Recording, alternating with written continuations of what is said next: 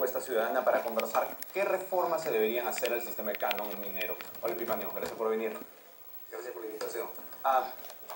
Ustedes han emitido un informe donde dicen que puede haber una caída drástica de las transferencias del canon minero este año. Me parece que hablaron de una cifra grande, como de una caída del 50% comparada con el 2003. Sí, 2013. Es correcto. Nuestras estimaciones se originan en la mirada de los datos que la SUNAT está publicando acerca de los pagos a cuenta del impuesto a la renta de tercera categoría que pagan las empresas mineras. A noviembre esa información indicaba que una reducción de 47% en los pagos a cuenta del canon minero 2013 respecto al año anterior. Esa es una primera información, y del otro lado ya van saliendo, digamos, datos de algunas empresas que cotizan en bolsa que hacen prever que va a haber una caída, digamos, del orden del 40% en las utilidades de las empresas mineras y por tanto en el canon minero a distribuirse este año. ¿Y cuál es el motivo de esto? ¿Por qué cae? ¿Es solo los precios de los minerales? ¿Tiene que ver con que se han detenido algunas inversiones mineras importantes? ¿Cuál es la explicación? Yo creo que es principalmente por la caída de los precios. También las empresas, unas más que otras, van digamos, teniendo éxito en ajustar sus costos de producción.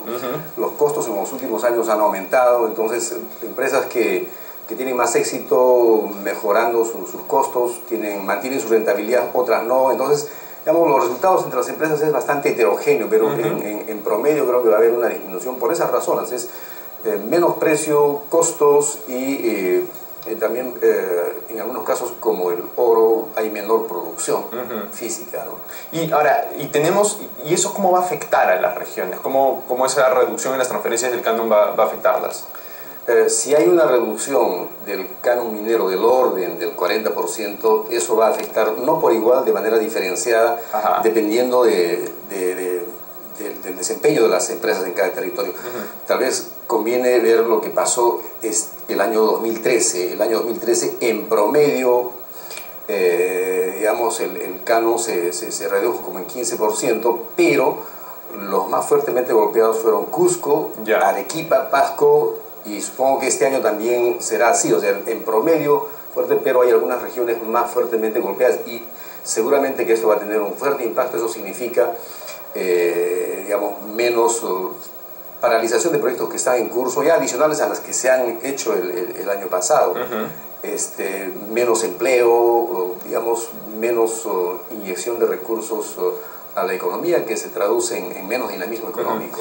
Ahora, el problema del canon no solamente es que aparentemente se va a reducir, sino que además no es bien invertido, no es bien utilizado. O sea, son muy conocidos los casos de los gobiernos que usan mal el canon o que simplemente no lo usan, ¿cierto? Que el dinero se queda en la caja. ¿Qué se puede hacer para reducir esta ineficiencia? Yo creo que a raíz de la reforma del canon, esto está en debate desde hace 3-4 años y no se toca porque es un tema políticamente sensible. Pero yo creo que estas modificaciones deberían discutirse en un marco general considerando 3 objetivos. Un primer objetivo es que estas modificaciones a la distribución del canon tienen que buscar mejorar la equidad en la distribución presupuestal. En segundo lugar, tienen que buscar estabilizar los ingresos en el mediano plazo, porque una característica de estos ingresos asociados a las actividades extractivas es la alta volatilidad, son muy variables. Entonces, estabilizar. Y en tercer lugar, es la mejora de la asignación de los recursos y la calidad del gasto. Ahora, ¿pero cómo se hace eso? El primer objetivo de mejorar la equidad, digamos, se puede hacer a través de distintos mecanismos, de tal modo que, digamos, las provincias productoras, que son las que hoy reciben muchos recursos en departamentos como Cusco, Ancash, Moquegua, Tacna, puedan disminuir esa participación, y los recursos, digamos, que se obtienen de esa disminución no es que van a otras regiones, quedan en el mismo territorio, pero para financiar proyectos de mayor impacto regional, proyectos digamos, de mejor alcance, cosa que hoy día desde el distrito productor, la provincia productora, no se hace. Ahora, sí hay muchas personas que lo que dicen es que debería haber una suerte de redistribución del canon de las regiones que tienen a las que no tienen. ¿Tú estás de acuerdo con eso? No, porque ya en los últimos 3-4 años el Ministerio de Economía ha venido utilizando un conjunto de herramientas como el FONIPREL, el Plan de Incentivos, el FONI, para hacer correcciones a la inequidad en la distribución del presupuesto. Lo que, por tanto, haría falta desde mi punto de vista es más bien sincerar, hacer transparente estos mecanismos que el MEF ya está utilizando. Cuando uno mira digamos, el presupuesto per cápita que reciben las regiones con y sin canon, las diferencias no son significativas, son muy pequeñas. Donde sí hay claramente diferencias a favor es en estos territorios de las provincias productoras y los distritos productores, ya sea de gas o de minería o de petróleo. Entonces, para el tema de equidad, para el tema de la estabilización de los ingresos, yo creo que es indispensable pensar en la creación de un fondo de estabilización y de ahorro intergeneracional, de tal modo que en el lapso de unos 20-30 años esos territorios puedan tener ahorros que les permitan, digamos, gastar para las generaciones futuras. Algo que hace mucho daño al gasto público es esto de tener ingresos un año muy altos, un año muy bajos. Claro. Entonces, estabilización.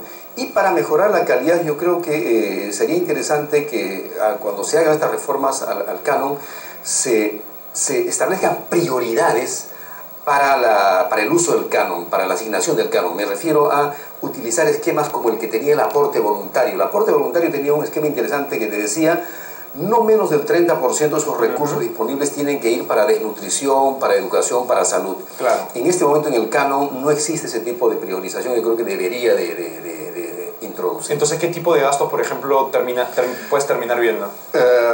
Dependiendo de los territorios, pero en general los gastos, por ejemplo, en agua y saneamiento es una brecha importante, gastos en infraestructura vial, los gastos en mantenimiento de infraestructura vial y la infraestructura económica en general son deficitarios.